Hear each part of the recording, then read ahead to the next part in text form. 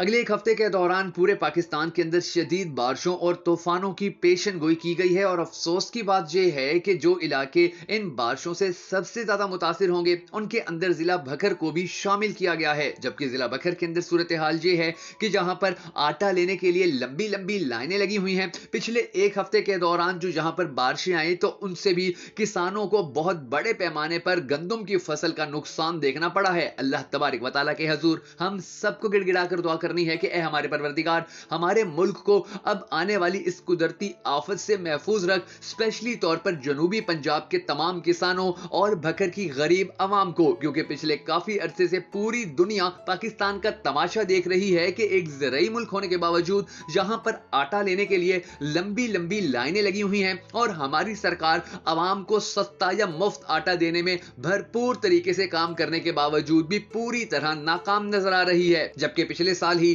یہی جنوبی پنجاب تھا کہ جو سیلاب سے سب سے زیادہ متاثر ہوا تھا، اور یہاں پر کروڑوں روپے کی کھڑی فصلیں مکمل طور پر تباہ ہو گئی تھیں۔ وہ لوگ کے جو سیلاب سے متاثر تھے وہ اب اپنی زندگی کی بحالی کی طرف واپس آ رہے تھے کہ ایک مرتبہ پھر سے موسم نے انگڑائیاں لینا شروع کر دی ہیں، اور اب شدید بارشوں کے حوالے سے پیشن گوئی کر کے کسانوں اور غریب طبقے کو ایک نئی پریشانی میں مبتلا کر دیا گیا ہے۔ یقین جانیے کہ ہمارے کسان جو ایک زرعی ملک میں رہتے ہیں پچھلے ایک ڈیڑھ سال کے دوران اتنے ذلیل و خوار ہوئے ہیں کہ جب یہ ڈیزل لینے جاتے ہیں تو آگے پتہ چلتا ہے ڈیزل مہنگا ہے، جب یہ کھاد لینے جاتے ہیں تو پتہ چلتا ہے کھاد کا بحران ہے، جب یہ کسی فصل کا بیج لینے جاتے ہیں تو آگے سے پتہ چلتا ہے کہ بیج ختم ہو گیا ہے یا وہ مہنگے داموں بک رہا ہے۔ یہی صورتحال پاکستان کے ہر شعبے کے اندر دیکھنے کو ملتی ہے، مگر جو صورتحال کسان کے ساتھ ہوئی ہے اس سے تو اللہ امان ہی دے۔ یہاں پر ہی ابھی پچھلے کچھ عرصے کے دوران جب کسانوں نے اپنا گنا بیچا تو بھی انہیں بہت زیادہ مشکلات کا سامنا کرنا پڑا، اور بہت سے مظلوم کسان تو ایسے تھے کہ جنہوں نے تنگ آ کر اپنے گنے کو ہی جلا ڈالا،